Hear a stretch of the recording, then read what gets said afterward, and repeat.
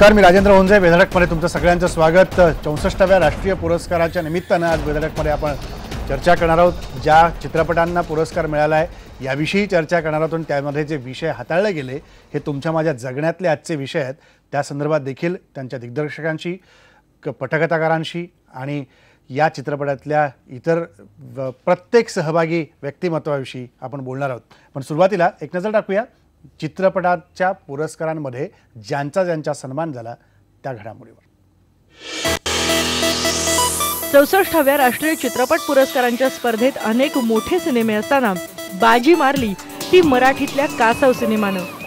लहर समंदर रे तू लहर समंदर रे. सुवर्ण कमळ आणि सर्वोत्कृष्ट सिनेमाचा मान मिळवून हा सिनेमा इतर सिनेमांपेक्षा सरस ठरला.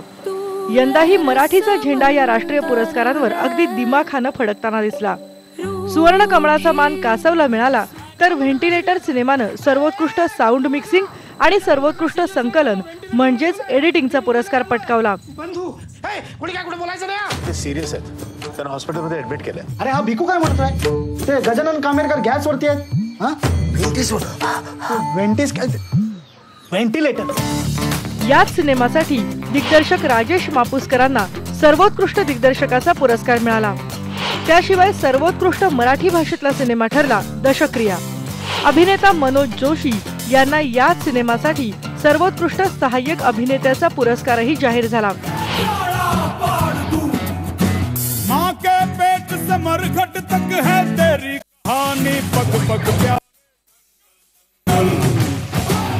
सर्वोत्कृष्ट सहाय्यक अभिनेत्री ठरली दंगल गर्ल जायरा वासिम.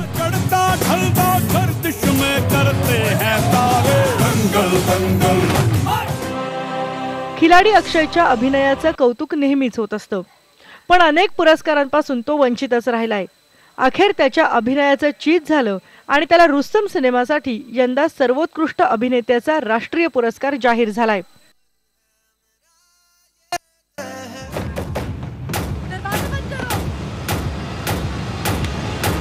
त्याशिवाय नीरजा सिनेमासाठी सोनम कपूरला विशेष उल्लेखनीय पुरस्कार देण्यात आलाय आणि हाच सिनेमा हिंदी भाषेतला सर्वोत्कृष्ट सिनेमा ठरलाय.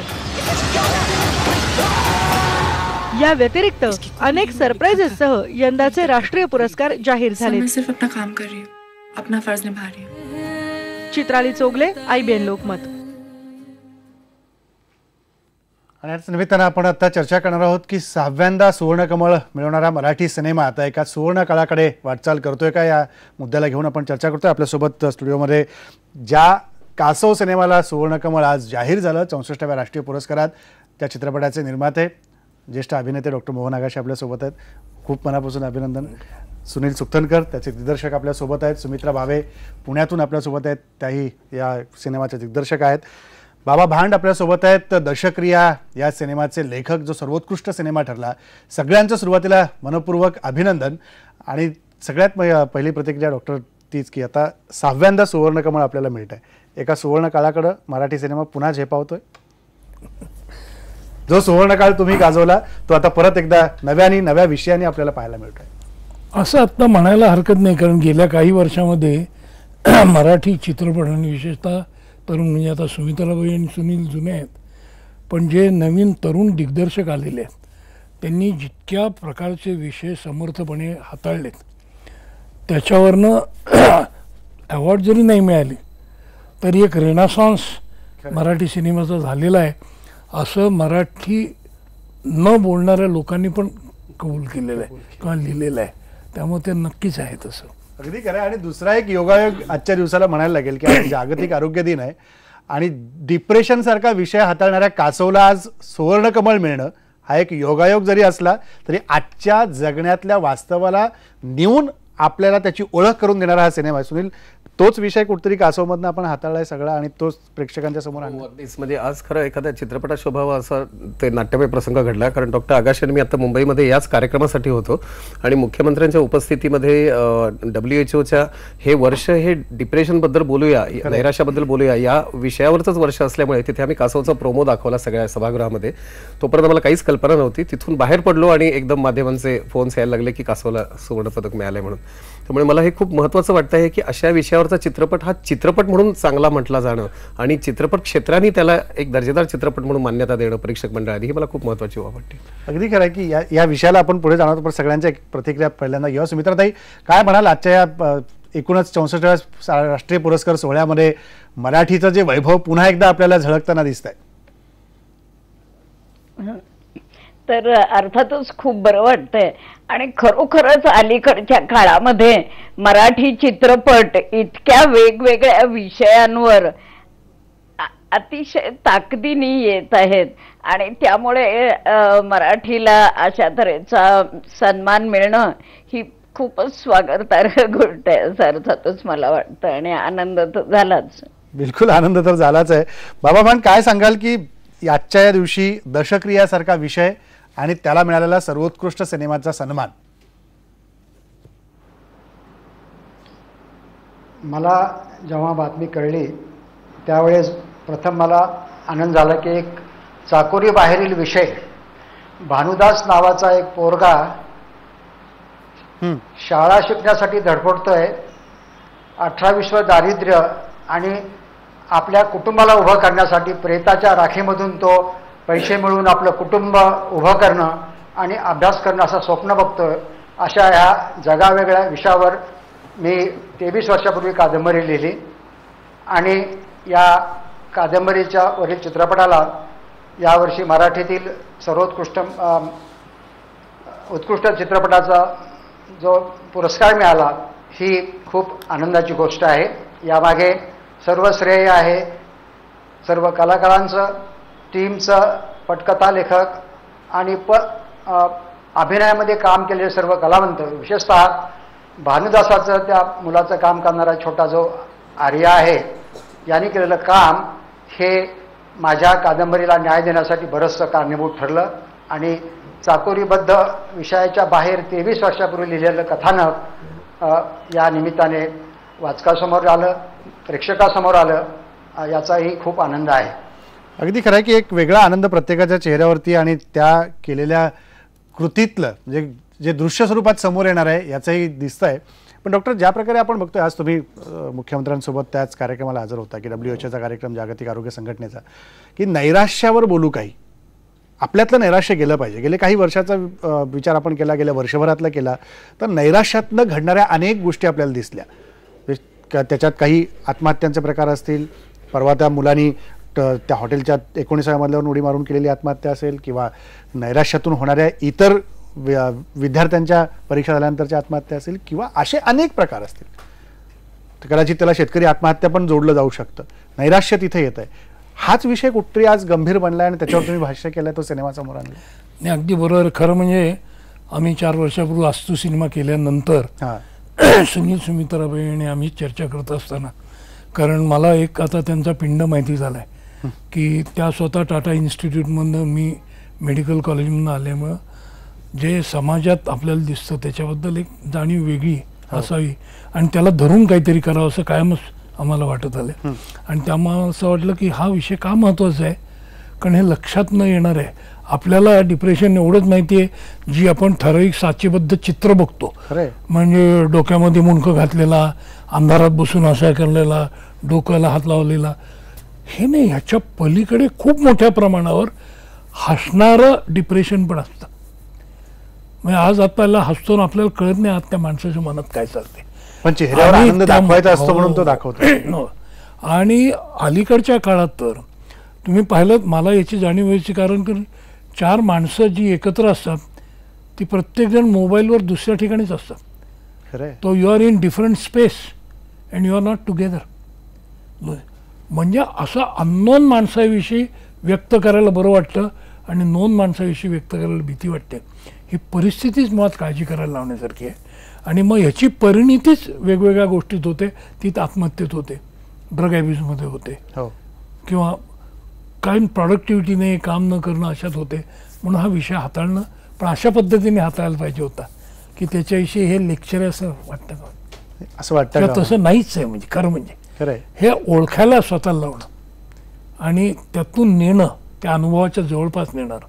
आणि त्यामुळं जी पटकथा सुमित्राबाईंनी लिहिली आमचं बोलणं झाल्यानंतर, त्यामध्ये एक त्या अनुभवातनं जाऊन ताऊन सुलाखून निघालेली बाई, दुसरा एक त्यातून जात असणारा मुलगा जेव्हा बघते, तरुण मुलगा, आणि ती की हे आपल्याला जपलं पाहिजे यांना, आणि त्याला जोडणारं मेटाफर ऑलिव्ह रिडले टर्टल्सना कसे जपतात लोक, हो, बेबीजना त्यांच्या, खरंय, त्याच्याशी कुठेतरी रिलेट करणं, म्हणून त्याला कासव म्हटलं. आणि हा त्यामुळे शब्दात न सांगता हा प्रोसेस काय असतो नक्की त्या अनुभवातनं जाण्याचा किंवा त्यातून बाहेर येण्याचा, हा प्रत्यक्ष दाखवण्याचा प्रयत्न. म्हणून तो ती जी आम्ही मुळात शॉर्ट फिल्मचा विचार करत होतो ती शेवटी आम्ही फीचर फिल्म करायची ठरवली.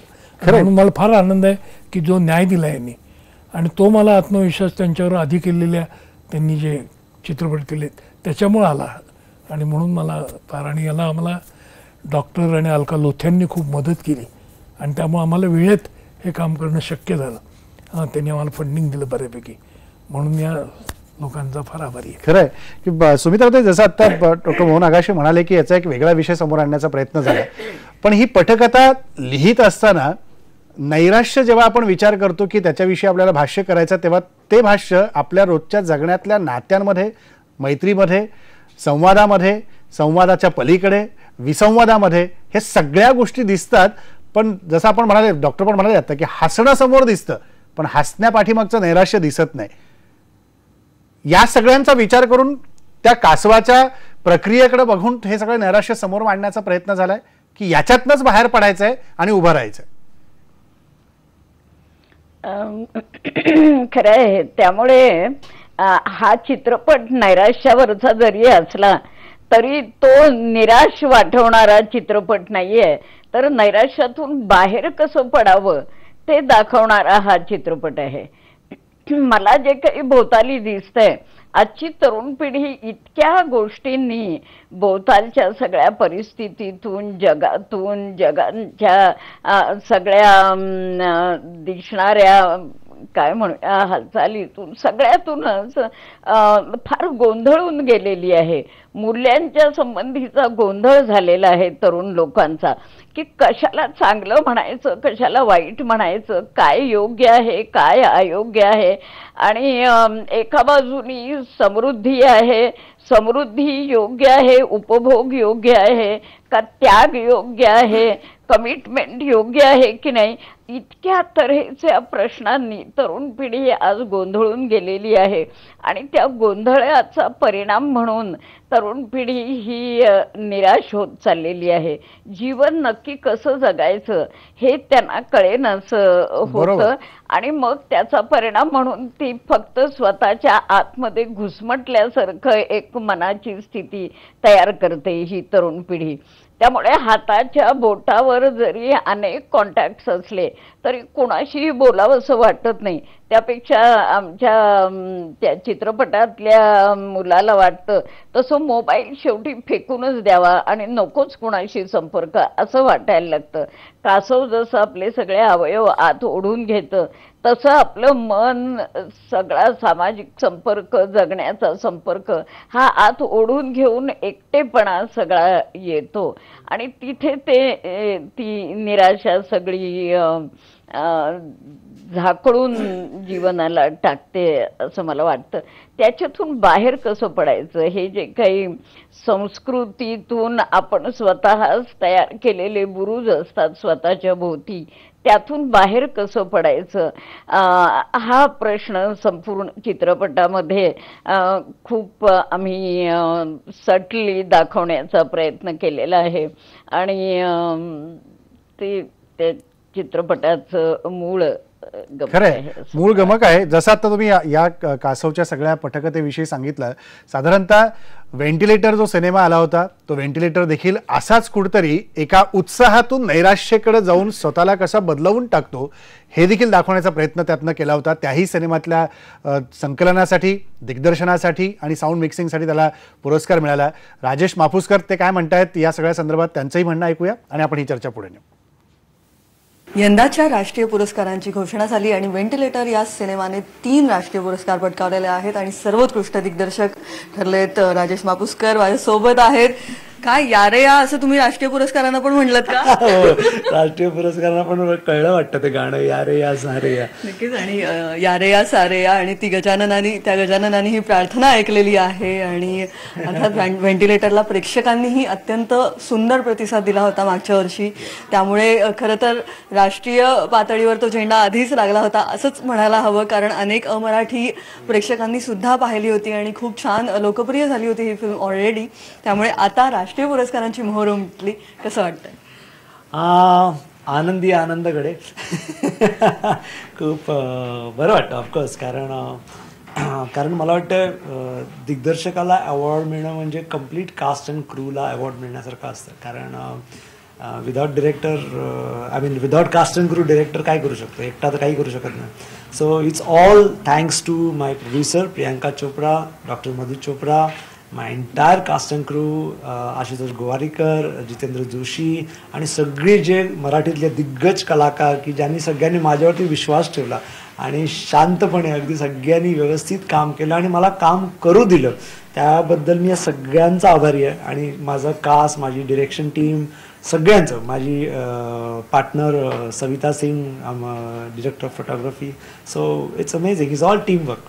नक्कीच. आपण जेव्हा मुलाखत घेतली होती पहिली तेव्हाही आम्ही हेच म्हणलो की या सगळ्यांना एकत्र हँडल कसं केलं, या सगळ्या अतरंगी कलाकारांना तुम्ही एकत्र आणलं आणि त्यामुळे कॅप्टन ऑफ द टीम खऱ्या अर्थाने तुम्ही आहात. आणि आता हे सगळेजण खूप आनंदात आहेत. त्यामुळे काय शेअरिंग झालं का, टीमचं शेअरिंग झालं का? हो, मला वाटतं ते अवॉर्डच्या ज्युरीनी पोस्टर बघितलं असं ठरवलं याला एक अवॉर्ड देऊन टाकूया, कारण एवढ्या लोकांना हँडल, एवढ्या लोकांची मेहनत आहे, येस याला देऊन टाकूया.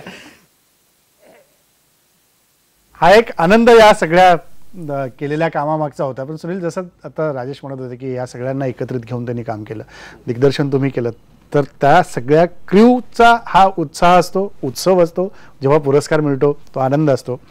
पण जसं हे आपण कासवमध्ये जो विषय हाताळला तसाच साधारणतः तो विषय व्हेंटिलेटरचा पण दिसतो जेव्हा पाहायला गेलो आपण, की जितेंद्र जोशी त्या अभिनयात काम करत असताना, त्या भूमिकेत असताना एका कार्यकर्त्याच्या भूमिकेत जातो, वडील इकडे आजारी पडलेले असतात आणि त्या परिस्थितीत त्याला कुठेतरी त्या मंडळाचं अध्यक्षपदही हवं असतं.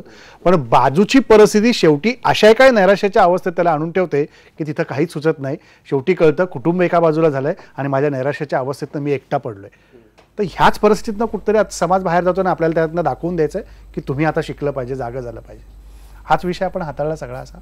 म्हणजे कसं आहे, कासवच्या बाबतीमध्ये आम्हाला असं लक्षात आलं की म्हणजे कसं आहे, कदाचित असं म्हणता येईल की व्हेंटिलेटर सारख्या चित्रपटामध्ये सगळ्या व्यक्तिमत्तींमधलं जे पारस्परिक संवाद, विसंवाद, यातून तयार होणाऱ्या विसंगती, त्यातून निर्माण होणारे विनोद, या सगळ्या घटनात्मक आणि प्रसंगनिष्ठ अशा पद्धतीच्या गमतीगमतीतून तो एका सिरियस गोष्टीवर भाष्य करायचा प्रयत्न करतो, वडील आणि मुलाचे नातेसंबंध वगैरे. असं इथे कासवच्या बाबतीमध्ये एक वेगळ्याच पद्धतीची असा आमचा प्रयत्न आहे. आणि तो असा आहे की यामधला जो तरुण आहे तर त्याची सगळी घुसमटे ती आतल्या आतच चालली आहे. म्हणजे त्याला व्यक्त व्हायलाच जागा नाही आहे. म्हणजे तो शब्दातही होत नाही आहे, वागण्यातही होत नाही आहे, फार क्वचितच एखादा छोटा आउटबस्ट होत असेल तर होत असेल. आणि अशा त्या गप्प असलेल्या घुसमटीतून त्याला बाहेर यायला कसं मदत करायची याच्याविषयी आपला समाज खूप गोंधळलेला आहे. म्हणजे मी जर काही शिवीगाळ केली, वेड्यासारखं वागलो तर काहीतरी साध प्रतिसाद तयार होतो, पण मी माझ्या आतल्या जर माझ्यामध्ये घुसमट चालू असेल तर ती कदाचित कुणालाच कळत नाही. आणि आपल्या संस्कृतीमध्ये अनेकदा कसं होतं की आपली कुटुंब व्यवस्था खूप घट्ट आहे, मोठी आहे आणि ती खूप चांगली आहे, आपल्या समाजामधल्या मूल्य व्यवस्था इतकी चांगली आहे असं सगळं आपण म्हणतो. पण त्या सगळ्याच्या बरोबरीने ती माणसाला काही काही वेळेला एकटं पण टाकत जाते. आणि तितक्या प्रमाणामध्ये त्या एकटं पडलेल्या माणसाला समजून घेणारी माणसं ही अनेकदा त्या ठराविक भूमिकांच्या चौकटीच्या बाहेरचीच असतात. म्हणजे मानवचं जे तथाकथित कुटुंब आहे ते कुठेतरी मागच पडलेलं आहे.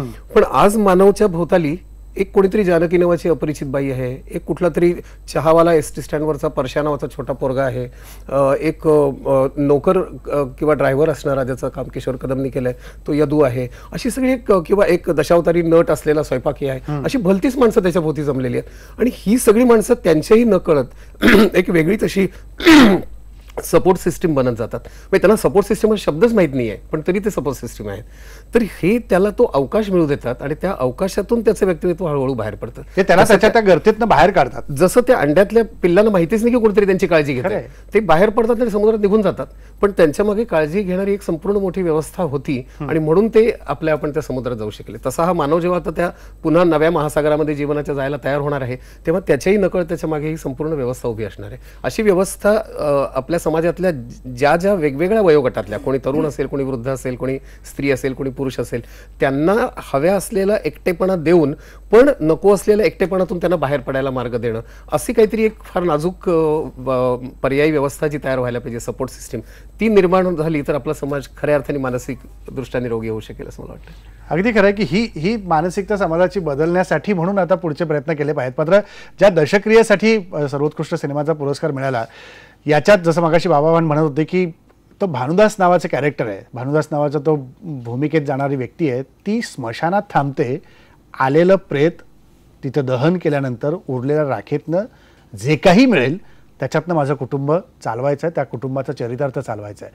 म्हणजे जगणं कसं असतं आणि प्रत्यक्षात जगण्यातली वस्तुस्थिती काय असते हे समजावून सांगणारा हा सगळा चित्रपट आहे. पण याच्याबद्दल जो पुरस्कार मिळाला त्यात संदीप पाटील त्याचे दिग्दर्शक जे आहेत ते काय म्हणतात ते ऐकूया आणि नंतर आपण ही चर्चा ब्रेकनंतर पुढे चालू ठेवू. 64व्या राष्ट्रीय पुरस्कारांची घोषणा आज झाली आणि अर्थातच मराठी सिनेमानं पुन्हा एकदा झेंडा रोवलेला आहे आणि मराठी सर्वोत्कृष्ट सिनेमा ठरलेला आहे दशक्रिया हा सिनेमा. आणि दिग्दर्शक संदीप पाटील आत्ता माझ्या सोबत आहे.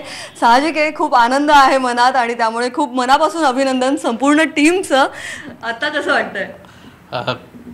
खूप मस्त वाटतंय आणि आता असं वाटतं की दशक्रिया पिक्चरला व्यवस्थित न्याय मिळाला.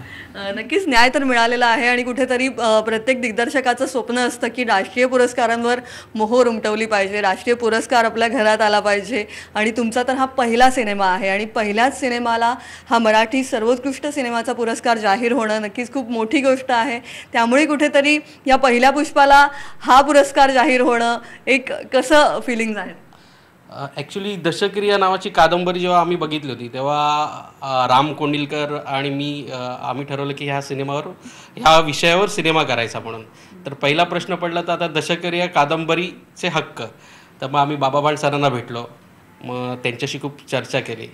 मग ते काय राईट्स देईना आम्हाला, ते म्हणाले की ह्याचे राईट्स मी दुसऱ्याला दिलेत तर आता तुम्हाला थांबावं लागेल. मग आम्ही संजय कृष्णाजी पाटील सरांना मध्ये घातलं, जे आमच्या या पिक्चरचे प्रेझेंटर ऑफ द फिल्म आहेत, रायटर आहेत आणि स्क्रीन प्ले रायटर आहेत, लिरिक्स रायटर आहेत. मग बाबाबान सरांनी सांगितलं की संजय कृष्णाजी पाटील आणि राम कोंडिलकर तुझ्यासोबत आहेत आणि तू म्हणजे नवीन दिग्दर्शक म्हणून कधी कुठलाही साहित्यिक आपली एवढी मोठी साहित्यकृती देताना विचार करतो, पण मी बाबाबान सरांचे म्हणजे आभार मानतो की त्यांनी मला राम कोंडिलकर आणि संजय पाटील सरांच्यामुळे हा पिक्चर म्हणजे करण्यासाठी साहित्यकृती आम्हाला दिली.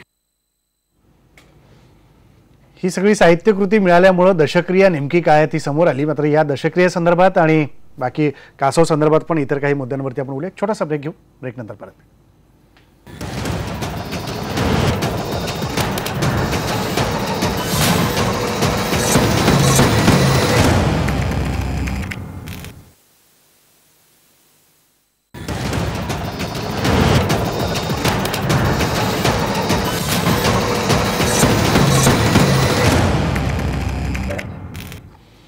ब्रेकनंतर पुन्हा एकदा स्वागत. 64व्या राष्ट्रीय पुरस्काराच्या निमित्तानं आपण ही सगळी चर्चा करतोय. याच आजच्या पुरस्काराच्या जे घोषणा झाल्या त्याच्यामध्ये रुस्तम सिनेमातल्या उत्कृष्ट अभिनयासाठी अक्षय कुमारला सर्वोत्कृष्ट अभिनेता म्हणून देखील पुरस्कार जाहीर झाला. अक्षय काय म्हणतो त्या पुरस्काराच्या या बातमीनंतर ते बघूया आणि चर्चा पुढे.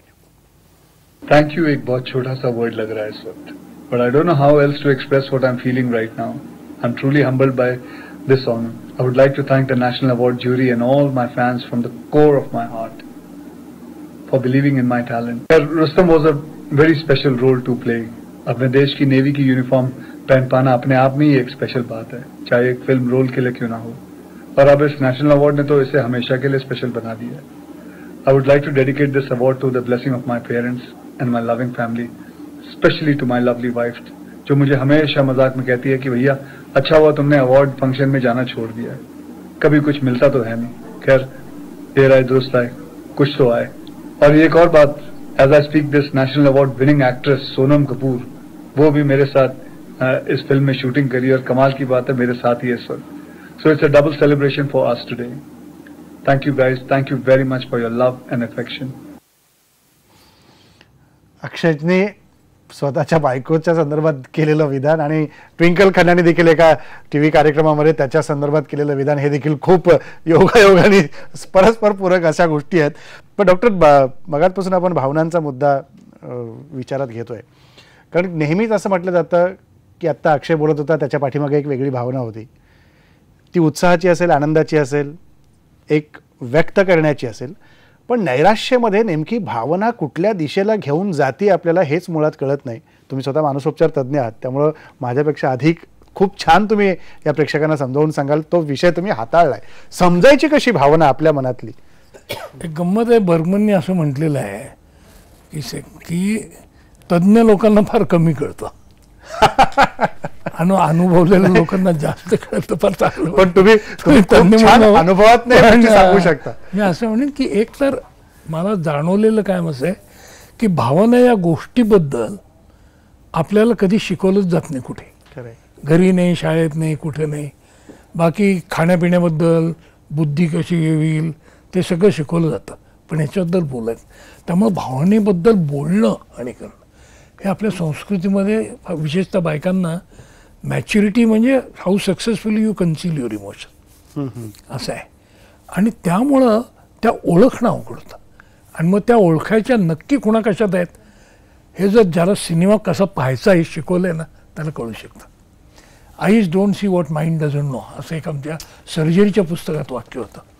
तर लहानपणी तुम्ही बघतो बुद्धी वाढलेलीच नसते तेव्हा तुम्ही कसं ओळखता रे की ही बाई ही आपली काळजी घेणारी बाई आणि हिच्याकडे आपण जावं. ही बाई परकी वाटते नाही. इमेज आणि साऊंड. अच्छा. आणि मोठेपणी सुद्धा आज मला सिनेमात देखील हेच होतं. असं होतं की लोक मी बसलेलो असतो त्यांना ओळखत नाहीत, मी बोलत असतो कोणाशी ते बोलतात म्हणतात आपकी आवाज से पहचान लिया मैंने. आपल्या नकळत आवाज आणि प्रतिमा ह्या ज्या आपल्या अजाणीव मनावर परिणाम करतात ना हे कळत नाही. आणि त्यामुळं सिनेमा बघताना तुम्ही जाणीवपूर्वक करमणुकीसाठी बघता आणि हळूच नकळत खूप माहिती तुम्हाला पुरवली जाते आणि ती जर माहिती ऑथेंटिक नसेल तर त्यातनं गैरसमज निर्माण होतात आणि ते भावनांबद्दल जास्त होतात. खरं आहे. पण सुनील जसं डॉक्टर आता म्हणाले की जेव्हा आपण सिनेमा बघायला लागतो तेव्हा शब्द जरी कमी असले तर त्या दोन संवादाच्या मध्ये असलेला आवाज आणि त्या संवादाच्या मधून न निघणारे शब्द पण नकळत घडवणारे परिणाम हे खूप काही सांगून जातात आपल्याला. आपल्या मनावर खूप काही घडवून जातात, बिंबवून जातात. कासोमध्ये फार दिसेल तुम्हाला. खरंय. कारण अनेकदा काय आहे म्हणजे चित्रपट माध्यमाची ही ताकद त्या शांततेमध्ये खूप मोठ्या प्रमाणावरती आहे. आणि ही दुर्दैवाने आपल्या प्रेक्षकांना प्रचंड मोठ्या पार्श्वसंगीताची जी चटक लावलेली आहे आपल्या मुख्य प्रवाहातल्या चित्रपटांनी त्यांनी शांततेचं महत्त्वच घालून टाकलंय. म्हणजे ते आपल्या आयुष्यातनंच हळूहळू जाणार की काय असं मला वाटतं. कारण मालिकांमध्येही खूप मोठ्या प्रमाणावरती तेच केलेलं असतं. म्हणजे इथे कसं होतं ना की ते जानकी आणि मानवच्या एखाद्या संवादामध्ये एक वाक्य बोलल्यानंतर दुसरं वाक्य येण्यामध्ये जो वेळ जातो त्यामध्ये एक नुसत्याच समुद्राच्या लाटेचा आवाज येऊन जातो. म्हणजे आमचा साऊंड मिक्सिंग करणारा अनमोल भावेबरोबर आम्ही त्याच्यावरती सुद्धा जेव्हा काम करतो तेव्हा ते प्रेक्षकाला असं कळणार नाही की या लाटेचा आवाज आला म्हणून मला बरं वाटलं, पण त्याचा एक त्याच्या नेणिवेमध्ये परिणाम होत असतो. ती जी एक लाट आली म्हणजे जणू काही ती त्याच्या मनात आली आणि गेली. त्यामुळे म्हणजे व्हिज्युअल नावाची गोष्ट त्यातल्या आपल्याला कळते की हा कॅमेरा आहे, यात निसर्ग दिसतो आहे, ती बोट अशी आहे आणि तिथून तो लांबवर चालत जाताना दिसतोय. हे कळण्याही पण आपला प्रेक्षक काही प्रमाणात प्रगल्भ होत चाललेला आहे. पण हा लाटेचा जो आता आवाज येऊन गेला आणि नाहीसा झाला किंवा तो आतल्या खोलीत असताना सुद्धा मागे थोडासा जो बारीक बारीक लाटांचा आवाज येतोय समुद्राचा हा आपल्यावर काहीतरी परिणाम करतोय हे प्रेक्षकाला कळणार नाही. आणि दिग्दर्शकाची अपेक्षा की त्याला कळावं असं नाहीच आहे, पण त्या नेणिवेचा जो परिणाम आहे तो त्याच्या अनुभवाला समृद्ध करत असतो. आणि या सगळ्यामधून सिनेमाचं एक तंत्र तयार होत जातं आणि त्या तंत्रातून आपण ही गोष्ट सांगायचा प्रयत्न करत असतो.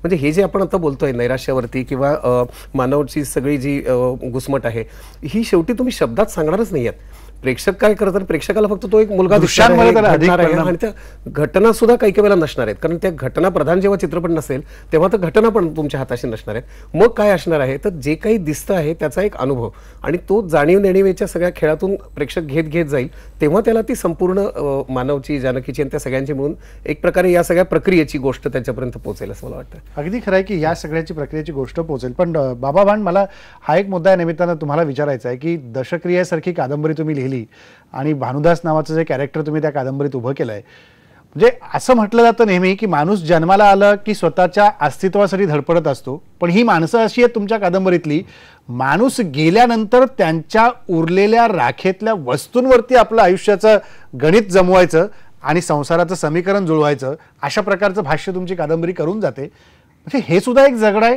हे तुम्ही तुमच्या कादंबरीत मांडलंय. मराठी कादंबरीमध्ये प्रथमच मरण आणि पोट,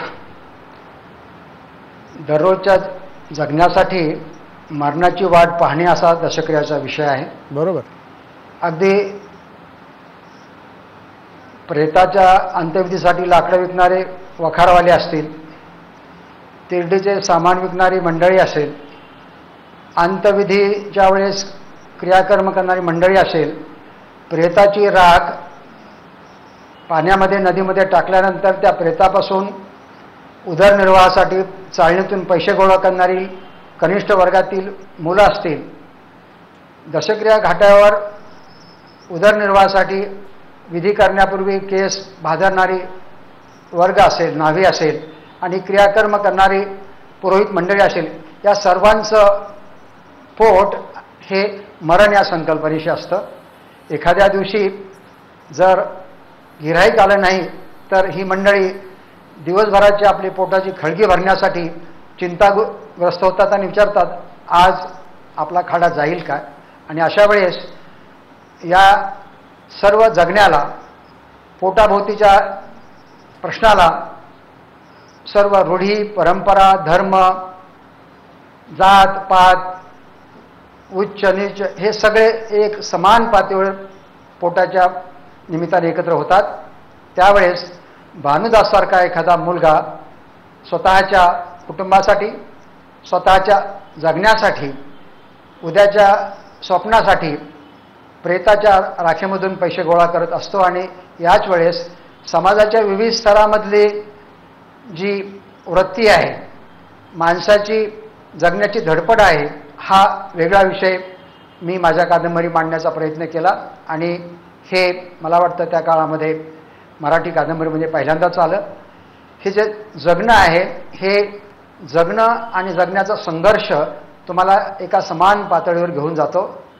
आणि इथली ही धडपड लेखक जेव्हा शब्दात पकडायचा प्रयत्न करतो ते दृश्य स्वरूपामध्ये मांडण्यासाठी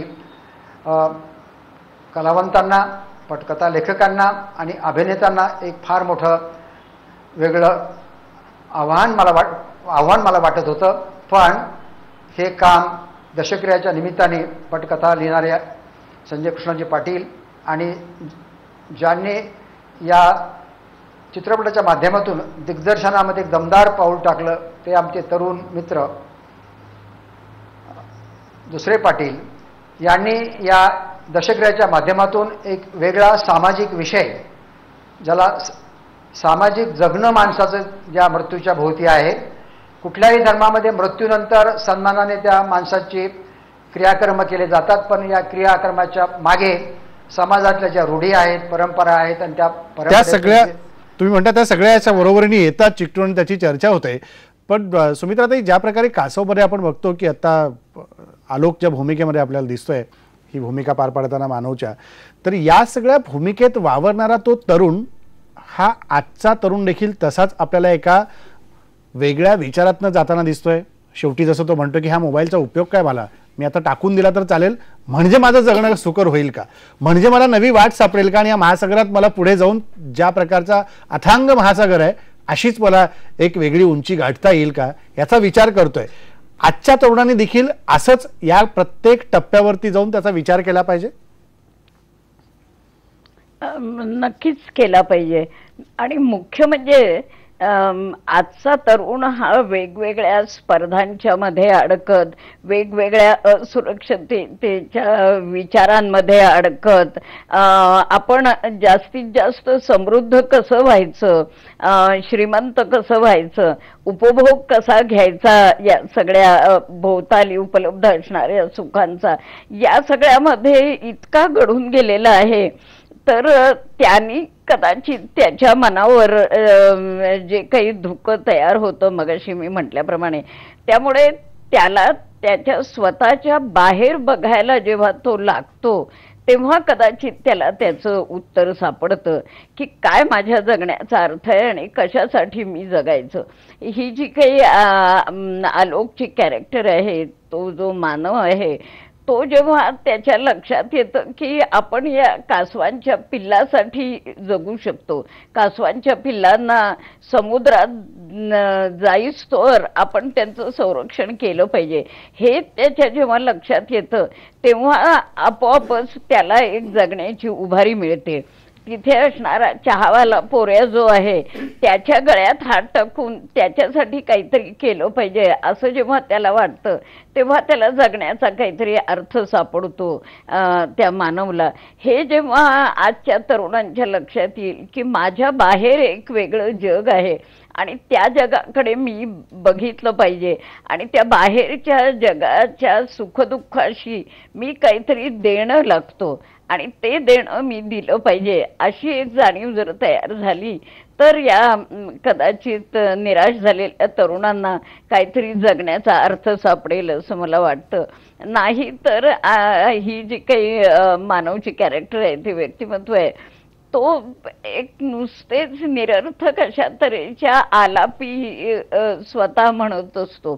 ते त्या गाण्याच्या आलापी म्हणजे एक प्रकारे त्याचं रडणं आहे, त्याच्या मनातून येणारा तो सगळा उद्वेग, एकटेपणा हा त्या सगळ्या आलापींच्या मधून दिसत असतो आणि नंतर कुठेतरी त्याला शब्द सापडणार आहेत त्या आलापींच्यासाठी किंवा त्या नुसत्याच आलापींना काहीतरी देखणा सूर सापडणार आहे, तसा तो त्याला हळूहळू सापडतो असं त्यात दाखवलंय जेव्हा तो स्वतःच्या बाहेर बघायला शिकतो किंवा बघायला लागतो तेव्हा.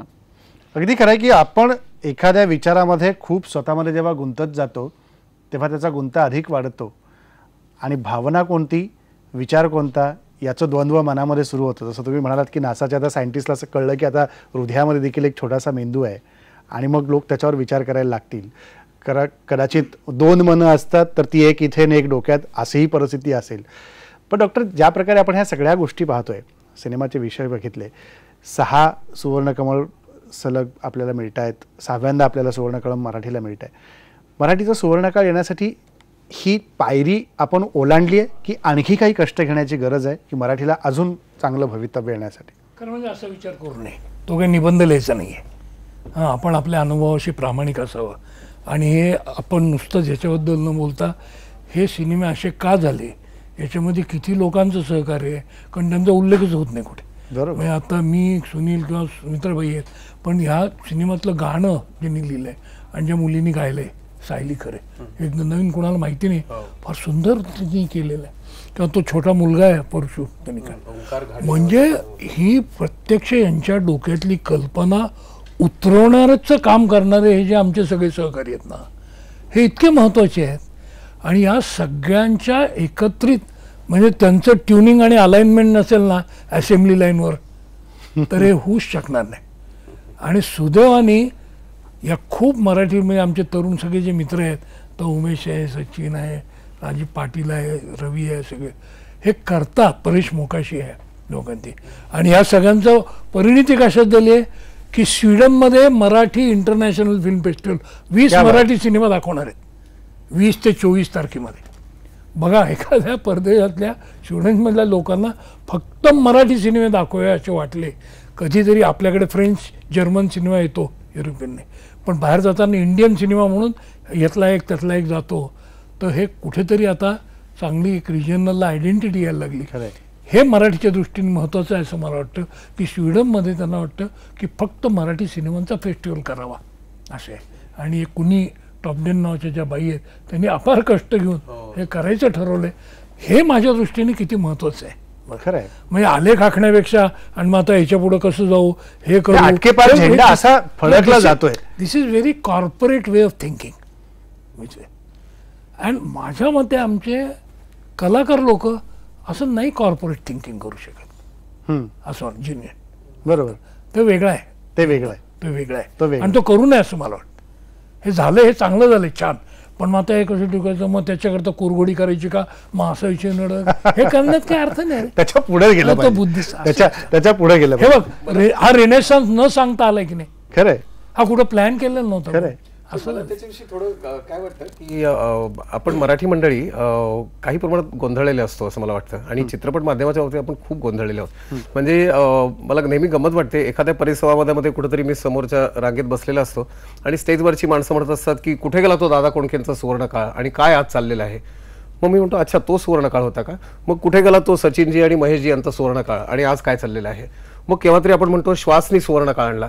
सुवर्णकाळ कशाला म्हणायचं याच्याबाबत आपण मराठी माणसं गोंधळलेलो. म्हणजे 100 कोटीचा गल्ला जमणे म्हणजे सुवर्णकाळ का, परदेशामधल्या फेस्टिवलला चित्रपट जाणे म्हणजे सुवर्णकाळ का, सुवर्ण पदक मिळणं जास्तीत जास्त वेळा आपल्या भाषेत म्हणजे सुवर्णकाळ. तर मला असं वाटतं की ही अशी काहीतरी स्पर्धेचं वातावरण चुकीचं आहे. मला त्याचा एक होकारात्मक मुद्दा असा वाटतो की खूप वर्ष मराठी चित्रपट चांगले निघत होते, दर्जेदार निघत होते, पण मराठी चित्रपटाची बाकीची जी परिस्थिती होती ती राष्ट्रीय पातळीवर दखल घेण्याजोगी नव्हती खूप वर्ष. आणि त्यामुळे काय झालं, अनेक चांगल्या चित्रपटांचा त्या वेदीवर बळी गेला असा जो शब्दप्रयोग म्हणताना तसे गेलेले आहेत. अशी माझ्याकडे एक लिस्ट मला अनेकदा वाटते. आणि श्वासला पासून सगळं बदललं असं म्हणणाऱ्या समीक्षकांना अनेकदा लक्षात येत नाही, त्याच्या आधी 8-10 अत्यंत चांगले चित्रपट जे सुवर्ण कमळाच्या लायकीचे होऊन गेले होते, पण मराठी चित्रपटालाच आपण गांभीर्याने घेत नव्हतो राष्ट्रीय पातळीवरती, आणि आपण समीक्षक घेत नव्हतो. कारण आपण जोपर्यंत आपला चित्रपट चांगला आहे म्हणून मांडत नाही तोपर्यंत राष्ट्रीय पातळीवर कोणी त्याची दखल घेत नाही. जे बंगालमध्ये घेत होते, केरळमध्ये घेत होते, तामिळनाडूत घेत होते, कर्नाटकात घेत होते त्याचे चित्रपट. तर त्यामुळे आणि मग हे जेव्हा गांभीर्याने घ्यायला लागलं तेव्हा आज कोणीतरी बंगाली समीक्षक म्हणतात आम्ही आता तुमच्या महाराष्ट्राकडे नजर लावून बसलो की आम्हाला चांगला सिनेमा तुमच्याकडनं मिळणार आहे म्हणून. हा मला सुवर्णकाळ नक्की वाटतो. आणि त्यामुळे मला असं वाटतं की आपण या गोंधळामध्ये स्वतःला टाकूया नको. चांगला व्यावसायिक चित्रपट निर्माण होऊ देत, त्याला भरपूर व्यवसाय करू देत. चांगला कलात्मक चित्रपट निर्माण होऊ देत, तो कदाचित व्यवसायात तेवढा मोठा होणार नाही पण तो अनेक वेगळ्या प्रकारच्या प्रेक्षकांचं समाधान करेल. तर या सगळ्या म्हणजे सगळं मिळून एक खरा सुवर्णकाळ तयार होणार आहे. म्हणजे भांडण नको लावूया सिनेमांमध्ये की ह्याला सुवर्णकाळ म्हणायचं का त्याला सुवर्णकाळ. कारण आम्ही दिग्दर्शक सगळे एकमेकांमध्ये खूप सामोपचाराने वागतो आणि सगळं बरं चाललेलं आहे. तर ही स्पर्धा त्याच्यामध्ये निर्माणच होऊ नये असं मला वाटतं. अगदी खरं आहे. सुमित्राताई काय म्हणाल तुम्ही की ही स्पर्धा तर नको आहे, पण स्पर्धेच्या पलीकडचं जाऊन आपल्याला या क्षेत्राचा अस्तित्वाची जाणीव प्रेक्षकांच्या मनात निर्माण करून द्यायची आहे की मराठी चित्रपट हा अशा पद्धतीचा आहे, पण ती स्पर्धा नाही असली तरी चालेल. अगदी अगदी खरं, मलाही तसंच वाटतं अगदी. आणि मला असंही वाटतं की आज ज्या तऱ्हेनं वेगवेगळे चित्रपटाचे विषय, किल्ला असेल, कोर्ट असेल, विहीर असेल, किंवा रंगापतंगा असेल, किंवा एलिझाबेथ एकादशी असेल, असे मला कितीतरी चित्रपट खरं म्हणजे आठवत आहेत, लेट्स जोशी असेल. मला असं वाटतं की या सगळ्यांनी शेवटी प्रेक्षकांची प्रगल्भता वाढणार आहे, आपल्या समाजाची, समाज समजावून घेण्याची, माणसांमधली, आपल्या संस्कृतीतल्या माणसांमधली नातीगोती समजावून घेण्याची, आपल्याला स्वतःला समजावून घेण्याची प्रगल्भता ही जर प्रेक्षकांची वाढली तर खऱ्या अर्थाने हा चित्रपट आजच्या काळातला यशस्वी झाला असं म्हणता येईल. आणि त्या दिशेने आपली वाटचाल चालू आहे असं मला वाटतं. कितीतरी तरुण प्रेक्षक अलीकडे आम्हाला भेटतात की तुमचे चित्रपट आम्ही यूट्यूबवर पाहिले आणि आम्हाला ते फार आवडतात आणि असे चित्रपट तुम्ही तयार करत राहा, अशा तऱ्हेचं प्रोत्साहनही आम्हाला खूप तरुण लोक देत असतात. त्यामुळे या नव्या नव्या माध्यमातून आता अनेक प्रेक्षकांच्यापर्यंत चित्रपट हे पोचतायत. वेगळे चित्रपट ते तांत्रिकदृष्ट्याही खूप सकस आहेत, विषयाच्या दृष्टीने खूप त्यांच्यात वैविध्य आहे. तेव्हा त्या सगळ्यातून नक्कीच प्रेक्षक प्रगल्भ होणार आहे चित्रपट या कलेसंबंधी आणि शिवाय जीवनासंबंधी. आणि ही गोष्ट फार स्वागतार्ह आहे असं मला वाटतं मराठीच्या दृष्टीने, किंवा भारतीय सिनेमाच्या दृष्टीने सुद्धा. मराठीच कशाला म्हणायचं, आज भाषेच्या पार जाऊन आपले चित्रपट अखिल भारतामध्ये वेगवेगळ्या महोत्सवांच्या मध्ये बघितले जातात.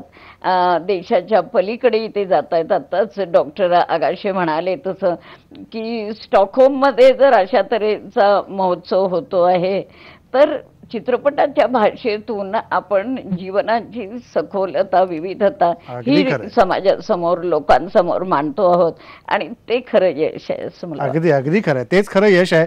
पुन्हा एकदा या तुमच्या सगळ्यांच्या यशाबद्दल मनपूर्वक सगळ्यांचं अभिनंदन. तुमचं, तुमच्या टीमचं, तुमच्या सोबत असलेल्या अप्रत्यक्षरित्या तुमच्यासोबत सहभागी असलेल्या पडद्यामागच्या सगळ्या कलाकारांचं मनपूर्वक अभिनंदन IBN लोकमतच्या वतीनं मी करतो. आणि खरं जसं आत्ताच सुमित्राताई म्हणाल्या, चित्रपटाची भाषा ही तुमच्या आमच्या जगण्यातली भाषा असते आणि जगायला शिकवणारी भाषा असते. त्यामुळे चित्रपट पाहायला गेल्यानंतर अंतर्मनावर होणारे परिणाम हे फक्त झापडबंद आयुष्याला पुन्हा एकदा दृष्टी देण्याचा प्रयत्न करतात असंच मला इथं वाटतं. त्यामुळे तुमचे मनापासून आभार. तुम्ही सगळेजण आलात आणि या चर्चेत सहभागी झालात. इथंच थांबू. पहा फक्त IBN लोकमत.